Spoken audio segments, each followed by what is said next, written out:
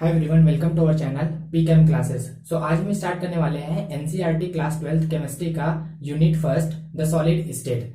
ठीक है, आज के इस वीडियो में हम कवर करने वाले हैं सॉलिड स्टेट के इंट्रोडक्शन पार्ट्स की, है ना, उसके प्रॉपर्टीज के बारे में बताने वाले हैं और बात करने वाले हैं क्लासिफिकेशन ऑफ सॉलिड्स। मतलब क्या होता है कि सॉलिड के जितने भी क्लासिफिकेशन है, कितने टाइप्स के सॉलिड स्टेट पाए जाते हैं, इसके बारे में आज हम इस वीडियो में डिस्कस करने वाले हैं। ठीक है, तो चलिए बात कर लेते हैं पहले इंट्रोडक्शन पार्ट्स की। ठीक है, तो सॉलिड स्टेट को हमने प्रीवियस क्लास में हमने पढ़ा था पदार्थ के बारे में। ठीक है, तो पदार्थ क्या होता है? पदार्थ के तीन फिजिकल स्टेट होते हैं, है ना। उसमें पहला होता है हमारे पास सॉलिड होता है, दूसरा होता है लिक्विड और तीसरा होता है गैस। ठीक है, तो अगर हम लोग सॉलिड, लिक्विड और गैस की बात करें तो ये डिपेंड करता है उसके टेम्परेचर और प्रेशर पर, है ना। यदि कोई पदार्थ सॉलिड है, लिक्विड है या गैस है, ये हम लोग कैसे पता कर सकते हैं? उसके टेम्परेचर और प्रेशर के आधार पर हम लोग जो है पता कर सकते हैं। ठीक है, अगर हम लोग गैस और लिक्विड की बात करें तो गैस और लिक्विड के जो मॉलिक्यूल होते हैं वो सॉलिड के मॉलिक्यूल की अपेक्षा क्या होते हैं? फ्रीली मोशन कर सकते हैं, है ना। मतलब क्या होता है, यदि हम लोग क्या करते हैं, लेते हैं यहाँ पे एक सॉलिड लेते हैं, है ना, यहाँ पे गैस है और तीसरा है हमारे पास, सॉरी, यहाँ पे क्या होता है, पहला है हमारे पास सॉलिड, दूसरा है हमारे पास लिक्विड और तीसरा है हमारे पास गैस। तीन चीज यहाँ पे है हमारे पास, तीनों जो है पदार्थ के स्टेट है, फिजिकल स्टेट है ना। तो यहाँ पे हम लोग लिक्विड और गैस की बात करते हैं तो लिक्विड और गैस के जो मॉलिक्यूल होते हैं वो सॉलिड के मॉलिक्यूल की अपेक्षा क्या होते हैं? फ्रीली मोशन कर सकते हैं, है ना। और इसी कारण इसको हम लोग क्या बोलते हैं? लिक्विड पदार्थ जो है हम लोग कहते हैं। ठीक है, सॉलिड के जो मॉलिक्यूल होते हैं वो क्या होते हैं? इसमें जो होता है क्लोजली पैक्ड होते हैं, है ना। इसके जो मॉलिक्यूल होते हैं वो क्या होते हैं? काफी पास पास होते हैं और पास पास होने के कारण क्या होते हैं? ये फ्रीली मोशन नहीं कर सकते, है ना। इसमें क्या होता है, इसके जो मॉलिक्यूल होते हैं उसमें फोर्स ऑफ अट्रैक्शन क्या होता है? बहुत ही ज्यादा होता है ना। फोर्स ऑफ अट्रैक्शन ज्यादा होने के कारण क्या होता है? ये अपने स्थान पर ही, है ना, अपने स्थान पर ही क्या कर सकते हैं? वाइब्रेट कर सकते हैं, लेकिन फ्रीली मोशन नहीं कर सकते। ठीक है, और इस मॉलिक्यूल में क्या होता है, इन दोनों के जो मॉलिक्यूल होते हैं वो क्या होते हैं? काफी दूर दूर होते हैं, इसके अपेक्षा क्या होते हैं? काफी दूर दूर होते हैं, जिसके कारण क्या होता है, ये जो है थोड़ा सा फ्रीली मोशन कर सकते हैं, लेकिन सॉलिड में ऐसा नहीं पाया जाता। सॉलिड में क्या होता है, जो मॉलिक्यूल होते हैं वो क्या होते हैं? काफी क्लोजली पैक्ड होते हैं। क्यों? क्योंकि इनका जो इंटरमॉलिक्यूलर डिस्टेंस है वो क्या होता है? काफी कम होता है। इंटरमॉलिक्यूलर डिस्टेंस क्या होता है, यदि हमारे पास यहाँ पे दो मॉलिक्यूल है ना, एक हमारा है H2 मॉलिक्यूल और दूसरा है हमारे पास Cl2 मॉलिक्यूल, तो दोनों की यदि हम लोग सेंटर पॉइंट को लें, है ना, सेंटर पॉइंट से यदि उसके बीच का जो डिस्टेंस होता है वही हमारा क्या कहलाता है? इंटरमॉलिक्यूलर डिस्टेंस कहलाता है। तो सॉलिड में क्या होता है, जो मॉलिक्यूल होता है उनका जो इंटरमॉलिक्यूलर डिस्टेंस है क्या होता है? बहुत ही कम होता है, और कम होने के कारण क्या होता है, ये इजिली जो होता है, मतलब इनमें जो है फोर्स ऑफ अट्रैक्शन क्या होगा? ज्यादा होगा। तो फोर्स ऑफ अट्रैक्शन ज्यादा होगा तो दोनों मॉलिक्यूल क्या होगा? आपस में पास पास जो है आ जाते हैं, है ना। इस कारण क्या होता है, जो सॉलिड जो पदार्थ होते हैं उनमें क्या होता है, काफी क्लोजली पैक्ड होने के कारण क्या होता है, ये इसके जो मॉलिक्यूल है वो फ्रीली मोशन नहीं कर पाते, है ना। सॉलिड स्टेट में क्या होता है, जो मॉलिक्यूल का जो अरेंजमेंट होता है वो एक रेगुलर ज्योमेट्री में होता है ना। इसमें रेगुलर ऑर्डर जो है अरेंजमेंट पाया जाता है। तो ये तो बात हो गया हमारे सॉलिड स्टेट के जो है इंट्रोडक्शन पार्ट्स की, है ना। अब हम जो है बात कर लेते हैं इसके प्रॉपर्टीज के बारे में, है ना, कि सॉलिड स्टेट में क्या क्या प्रॉपर्टीज पाया जाता है। तो सॉलिड स्टेट में जो है, अभी हमने जो है पदार्थ की तीन जो है फिजिकल स्टेट पढ़े, सॉलिड, लिक्विड और गैस, है ना। तो इन तीनों में से कौन सा स्टेट जो है ज्यादा स्टेबल है, इसको हम लोग फाइंड आउट करने के लिए क्या कर सकते हैं, यहाँ पे दो हम एनर्जी की बात कर लेते हैं, है ना। पहला क्या होता है हमारे पास?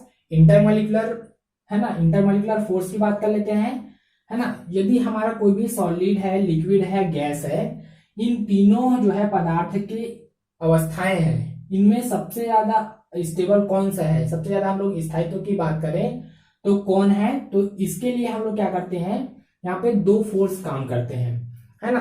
पहला है हमारे पास इंटरमॉलिक्यूलर फोर्स, इंटरमॉलिक्यूलर फोर्स आता है जो कि अभी बताया मैंने, है ना। और दूसरा आता है हमारे पास थर्मल एनर्जी, ठीक है। यहाँ पे क्या होता है, थर्मल एनर्जी। तो ये यहाँ पे दो चीज यहाँ पे काम करते हैं, है ना। अब हम लोग बात कर लेते हैं इंटरमॉलिक्यूलर फोर्स की।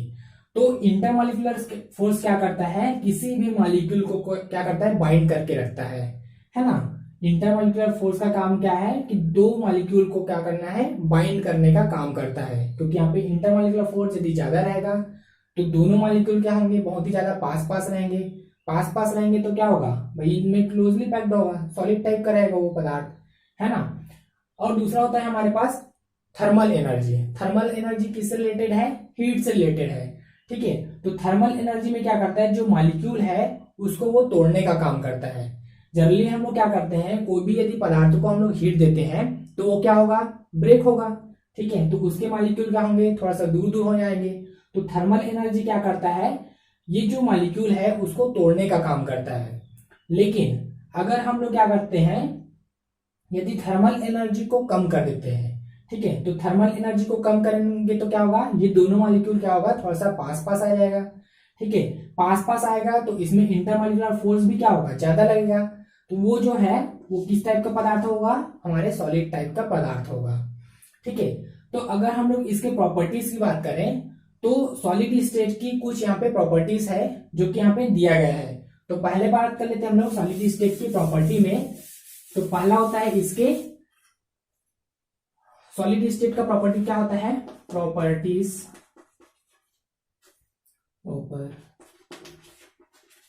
Of solid state. इसमें प्रॉपर्टीज क्या होता है, तो पहला होता है कि इसका मास, है ना, मास, वॉल्यूम और साइज, ये क्या होते हैं, फिक्स्ड होते हैं, है ना। मतलब इसका इसमें जो होता है, जो भी इसका मास रहेगा, वॉल्यूम रहेगा और साइज रहेगा, फिक्स होगा, है ना। दूसरा होता है हमारे पास इसका इंटरमॉलिक्यूलर फोर्स, है ना। यदि इंटरमॉलिक्यूलर फोर्स क्या है, ज्यादा है ना। तो इंटरमॉलिक्यूलर फोर्स ज्यादा रहेगा तो क्या होगा, ये जो मॉलिक्यूल होंगे वो क्या होंगे, क्लोजली पैक्ड होंगे, ठीक है। तो यहाँ पे क्या होता है, highly intermolecular force,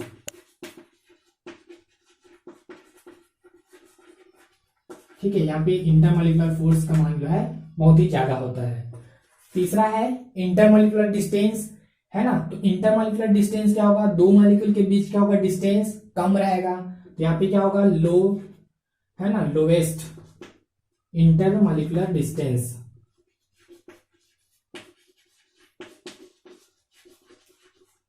lowest intermolecular distance, मतलब इंटरमॉलिक्यूलर डिस्टेंस का मान क्या होगा, कम होगा, ठीक है। फोर्थ पॉइंट है कि यहाँ पे जो सॉलिड जो होगा, जो भी सॉलिड पदार्थ है वो क्या होते हैं, रिजिड होते हैं, है ना, बहुत ही ज्यादा कठोर होते हैं, रिजिड होते हैं। और दूसरा क्या होता है, नॉन कंप्रेसिबल होते हैं, ठीक है। नॉन कंप्रेसिबल, नॉन कंप्रेसिबल कैसे बोल सकते हैं हम लोग, जैसे कि हम लोग क्या करते हैं, बलून लेते हैं, ठीक है। बलून को यदि हम लोग कंप्रेस करते हैं, दबाते हैं, तो वो क्या होता है, कुछ ना कुछ जो है वो जो है दबता है ना।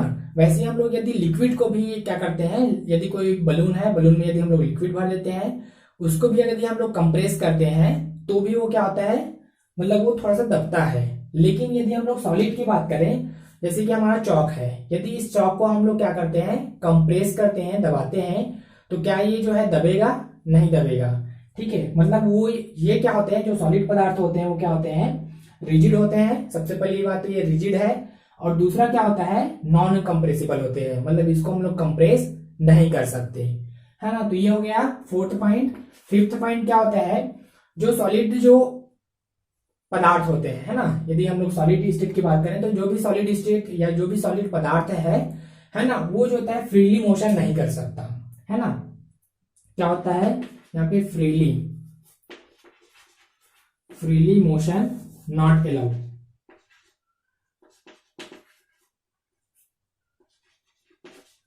नॉट अलाउड, मतलब जो मोशन होता है वो नहीं पाया जाता है यहाँ पे, है ना। देखिए जैसे ही हम लोग बात कर लेते हैं लिक्विड की, लिक्विड या गैस की बात करते हैं, तो लिक्विड या गैस जो मॉलिक्यूल है उसको यदि हम लोग एक के स्थान पे रख देते हैं तो उसमें थोड़ा सा फ्लो पाया जाता है ना, वो जो है फ्रीली अपने आप जो है वो फ्लो होने लगता है। लेकिन यदि हम लोग सॉलिड पदार्थों को यदि कहीं पे रख दें, है ना, यदि मैं इस चाप को ऐसे टेबल पे रख दूं तो क्या ये मोशन करेगा? नहीं करेगा, है ना। तो ये जो है इसमें फ्रीली मोशन नहीं पाया जाता। जब तक इसमें हम लोग कोई भी फोर्स नहीं लगाएंगे तब तक ये जो है अपने आप मोशन नहीं करेगा, है ना। तो ये जो है कुछ 5 प्रॉपर्टीज हैं किसके? सॉलिड स्टेट के। अब आगे हम लोग डिस्कस कर लेते हैं इसके क्लासिफिकेशन पार्ट्स के बारे में, है ना। मतलब यहाँ पे जो सॉलिड स्टेट है वो कितने टाइप्स के होते हैं ये हम लोग यहाँ पे देख लेते हैं। तो यदि हम लोग इसके क्लासिफिकेशन पार्ट्स की बात करें तो देखिए इसमें क्या होगा, पार्टिकल के अरेंजमेंट के आधार पर, पार्टिकल के अरेंजमेंट के आधार पर जो है जो सॉलिड स्टेट है, क्लासिफिकेशन ऑफ या टाइप से बोल सकते हैं, जैसा भी है, क्लासिफिकेशन ऑफ सॉलिड स्टेट, है ना। तो सॉलिड स्टेट का जो क्लासिफिकेशन देखने वाले हैं, तो ये जो है उसके मॉलिक्यूल या उसके पार्टिकल के अरेंजमेंट के आधार पर, है ना, इसके अरेंजमेंट के आधार पर इसको हम लोग 2 पार्ट्स में डिवाइड करते हैं। तो पहला होता है हमारे पास क्रिस्टलाइन सॉलिड, ठीक है, पहला होता है हमारे पास क्रिस्टलाइन सॉलिड होता है, और दूसरा होता है हमारे पास एमॉर्फस सॉलिड, ठीक है, एमॉर्फस सॉलिड। ये यहाँ पे 2 प्रकार के हमारे मतलब सॉलिड स्टेट के होते हैं, पार्ट्स या टाइप्स बोल सकते हैं, है ना। ये किसके आधार पर बोल रहे हैं हम लोग? पार्टिकल के अरेंजमेंट के आधार पर, है ना। तो सबसे पहले हम लोग बात कर लेते हैं क्रिस्टलाइन सॉलिड कि क्रिस्टलाइन सॉलिड होता क्या चीज है, ठीक है। तो क्रिस्टलाइन सॉलिड क्या होता है? देखिए इस प्रकार के जो सॉलिड होते हैं उसमें जो पार्टिकल होते हैं उनका जो अरेंजमेंट होता है वो क्या होता है? एक रेगुलर ऑर्डर ज्योमेट्री में जो है पाया जाता है ना। जिसके कारण क्या होता है, इसके जो पार्टिकल है उसमें बार बार क्या होता है? रिपीटेशन होता है। पार्टिकल मतलब क्या होता है? हमारे जो एटम्स, आयन या मॉलिक्यूल है ना। क्रिस्टलाइन सॉलिड के जितने भी एटम्स, आयन्स या मॉलिक्यूल होंगे उसमें क्या होगा? बार बार रिपीटेशन होता है, और बार बार रिपीटेशन के कारण क्या होता है? इसकी जो ज्योमेट्री होती है वो एक 3 डायमेंशनल ज्योमेट्री यहाँ पे पाया जाता है। क्लियर है? ठीक है। तो 3 डायमेंशनल ज्योमेट्री के कारण क्या होता है? इसमें लॉन्ग रेंज ऑर्डर पाया जाता है, ठीक है। याद रखना है इसको कि जो क्रिस्टलाइन सॉलिड होता है उसमें लॉन्ग रेंज ऑर्डर पाया जाता है, ठीक है। जिसके कारण इसकी जो ज्योमेट्री होती है वो क्या होती है? एक रेगुलर ज्योमेट्री यहाँ पे पाया जाता है, ठीक है। यहाँ पे क्वार्ट्ज में जो है लॉन्ग रेंज ऑर्डर का एक यहाँ पे इमेज आपको दिख रहा होगा, है ना, जिसमें जो है जो कि एक क्रिस्टलाइन सॉलिड का एग्जांपल है ना। और इसमें दिख रहा होगा कि जो छोटे छोटे जो मतलब जो पार्टिकल है ना, यहाँ पे दिख रहा है छोटे छोटे जो पार्टिकल है ब्लैक एंड व्हाइट में, उनका जो अरेंजमेंट को देखिए वहां पे क्या होता है? एक मतलब एक क्या बोलते हैं, रेगुलर ज्योमेट्री में वहां पे दिखाई दे रहा है। और रेगुलर ज्योमेट्री में होने के कारण इसका जो है स्ट्रक्चर कैसे दिख रहा है? एक 3 डायमेंशनल स्ट्रक्चर यहाँ पे दिखाई दे रहा है हमको, है ना। जो हमारा क्रिस्टलाइन सॉलिड है उसको हम लोग जो है ट्रू सॉलिड भी बोलते हैं। क्या बोलते हैं इसको? True solid. इसको ट्रू सॉलिड भी कहा जाता है। और इसका यदि हम लोग एग्जांपल की बात करें तो एग्जांपल में हमारा होता है, सबसे पहला होता है सोडियम क्लोराइड होता है ना। दूसरा होता है क्वार्ट्ज होता है, क्वार्ट्ज है ना। और क्या होता है हमारे पास जितने भी सॉलिड मेटल है ये हो गए, सॉलिड मेटल हो गए, है ना। और बोल सकते हैं हम सॉलिड मेटल है NaCl हो गया, है ना। सुक्रोज हो गया, सुक्रोज भी है एग्जाम्पल, है ना। तो ये कुछ उसके एग्जाम्पल है क्रिस्टलाइन सॉलिड के, ठीक है। अब बात कर लेते हैं हम लोग एमॉर्फस सॉलिड की। एमॉर्फस सॉलिड को एमॉर्फस भी बोलते हैं, है ना, जो कि एक ग्रीक वर्ड एमॉर्फस से जो है लिया गया है ना। अब इसका जो मतलब होता है वो क्या होता है? शेपलेस, है ना। मतलब क्या होगा? शेपलेस होता है, ठीक है। जो एमॉर्फस सॉलिड है उसका मतलब क्या होता है? उसको एक ग्रीक वर्ड ओमॉर्फ से लिया गया है, जिसका मतलब क्या होता है, शेपलेस, है ना। मतलब शेपलेस क्यों बोलते हैं, क्योंकि इसमें जो पार्टिकल का जो अरेंजमेंट होता है वो एक इरेगुलर ज्योमेट्री में होता है ना। जैसे हमने यहाँ पे क्रिस्टलाइन सॉलिड के लिए देखा, तो उसमें पार्टिकल का अरेंजमेंट हमने देखा था, तो वो एक रेगुलर ज्योमेट्री में था। लेकिन जो एमोर्फस सॉलिड है उसमें जो पार्टिकल का जो अरेंजमेंट होता है वो क्या होता है, इरेगुलर ज्योमेट्री में होता है। इसके कारण ये जो होता है शॉर्ट रेंज ऑर्डर में जो है इसका अरेंजमेंट पाया जाता है ना। और यहाँ पे जो है जो ज्योमेट्री पाई जाती है वो एक इरेगुलर ज्योमेट्री यहाँ पे पाया जाता है। ठीक है, यहाँ पे आपको एक इमेज दिख रहा होगा जिसमें क्वार्ट्ज ग्लास का जो है शॉर्ट रेंज ऑर्डर का जो है एक यहाँ पे डायग्राम हमको दिख रहा है ना। जिसमें देखिए पार्टिकल का जो अरेंजमेंट है वो क्या है, डिफरेंट है ना। मतलब यहाँ पे कोई भी पार्टिकल कहीं पे भी अरेंजमेंट है, मतलब यहाँ पे क्या बोल सकते हैं, ये जो है वो एक इरेगुलर ज्योमेट्री में है ना। और इरेगुलर ज्योमेट्री में होने के कारण क्या होता है, इस प्रकार के जो क्रिस्टल है उसको हम लोग क्या बोलते हैं, स्यूडो, है ना, स्यूडो सॉलिड भी बोलते हैं, स्यूडो सॉलिड, है ना। इस प्रकार के जो सॉलिड है उसको क्या बोलते हैं, स्यूडो सॉलिड भी कहा जाता है। और यदि इसके हम लोग एग्जांपल की बात करें तो इसमें इसके एग्जांपल में हमारे पास कांच है ना। सबसे पहले आएगा हमारे पास कांच है ना, रबर है, ठीक है, रबर है, और क्या है, plastic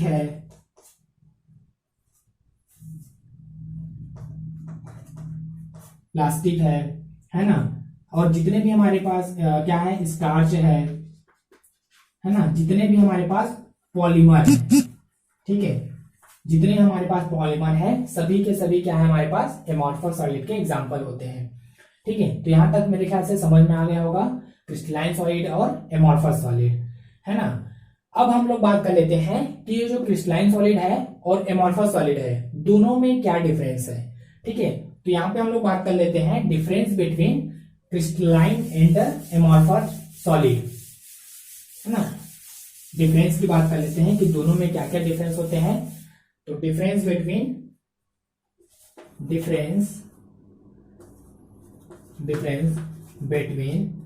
crystalline and amorphous solid.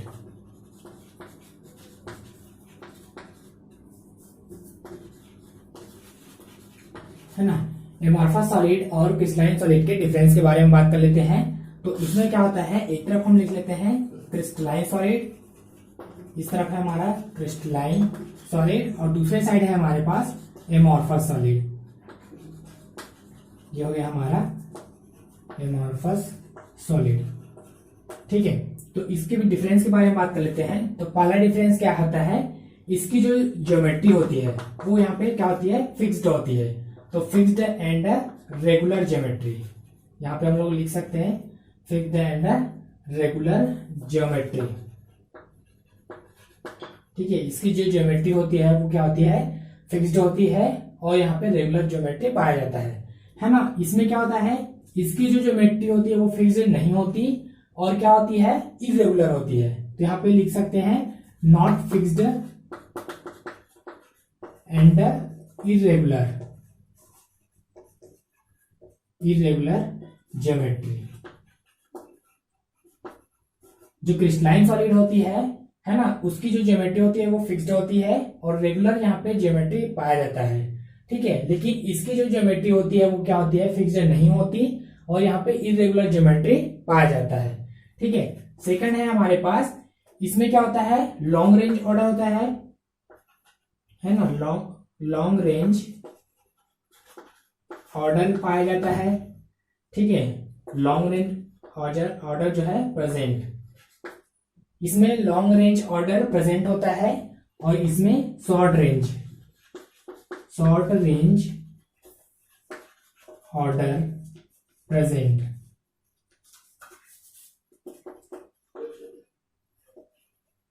ठीक है, जो हमारे क्रिस्टलाइन सॉलिड होते हैं वो लॉन्ग रेंज ऑर्डर के होते हैं और जो हमारे एमोर्फस सॉलिड होते हैं वो शॉर्ट रेंज ऑर्डर के होते हैं, है ना। तीसरा क्या होता है, मेल्टिंग पॉइंट, है ना। तो यहाँ पे क्या होता है, इसका जो मेल्टिंग पॉइंट होता है, क्रिस्टलाइन सॉलिड का जो मेल्टिंग पॉइंट होता है वो क्या होता है, फिक्स्ड होता है। और क्या होते हैं, और शार्प होता है, मतलब इसके जो क्या होते हैं, मेल्टिंग पॉइंट बहुत ही ज्यादा होते हैं, है ना, और इसके फिक्स्ड होते हैं। फिर क्या होता है, जो एमॉर्फस सॉलिड होते हैं इसके जो मेल्टिंग पॉइंट होते हैं वो क्या होते हैं, नॉट फिक्स्ड। फिक्स्ड जो होता है नहीं होता, मतलब वो कितने टेम्परेचर पर गलना स्टार्ट होगा ये यहाँ पे एमॉर्फस सॉलिड में नहीं बता सकते। ठीक है। फोर्थ होता है, ये क्या होते हैं, टू सॉलिड होते हैं। ये क्या होते हैं, टू सॉलिड होते हैं। और ये क्या होते हैं, स्यूडो सॉलिड। स्यूडो सॉलिड होते हैं। ठीक है, यहाँ पे ये ट्रू सॉलिड होता है और ये स्यूडो सॉलिड होते हैं। फिफ्थ पॉइंट होता है हमारे पास, ये होता है हमारा एनिसोट्रॉपिक होता है। ठीक है, ये हमारा एनिसोट्रॉपिक होता है। जो क्रिस्टलाइन सॉलिड होते हैं वो एनिसोट्रॉपिक होते हैं। और ये क्या होते हैं, आइसोट्रॉपिक होते हैं। नेक्स्ट बात कर लेते हैं, जो क्रिस्टलाइन सॉलिड होते हैं वो क्या होते हैं, जिसको मैं बता रहा हूं। क्रिस्टलाइन सॉलिड क्या होते हैं, यदि इसको हम लोग क्या करते हैं, किसी भी धार वाले, है ना, किसी भी धार वाले औजार से काटते हैं। यदि क्रिस्टलाइन सॉलिड है, जैसे कि हमारा क्या है, क्रिस्टलाइन सॉलिड है, इसको अगर मैं चाकू से ऐसे बीच से काटता हूं तो इसमें क्या होते हैं, हमारे दो समतल प्राप्त होते हैं। ठीक है, दो समतल सतह जो है प्राप्त होते हैं। लेकिन यदि इसको हम लोग जो है एमॉर्फस सॉलिड को यदि किसी भी जो है धार वाले औजार से, जैसे कि हम लोग इसको चाकू से काटते हैं, तो इसमें जो होता है एक अनिश्चित, है ना, अनिश्चित जो है समतल सतह जो है प्राप्त होता है। इसमें एक निश्चित समतल सतह प्राप्त होता है और इसमें एक अनिश्चित समतल सतह जो है प्राप्त होते हैं। ठीक है, तो ये जो है ओवरऑल क्या है, डिफरेंस है किसके, क्रिस्टलाइन और एमॉर्फस सॉलिड के बीच। ठीक है, तो आगे हम लोग नेक्स्ट वीडियो में कवर करने वाले हैं इसके आगे के पार्ट्स के बारे में, है ना। आगे हम जो है इसके आगे के बारे में नेक्स्ट वीडियो में जो है कवर करेंगे। Thank you for watching.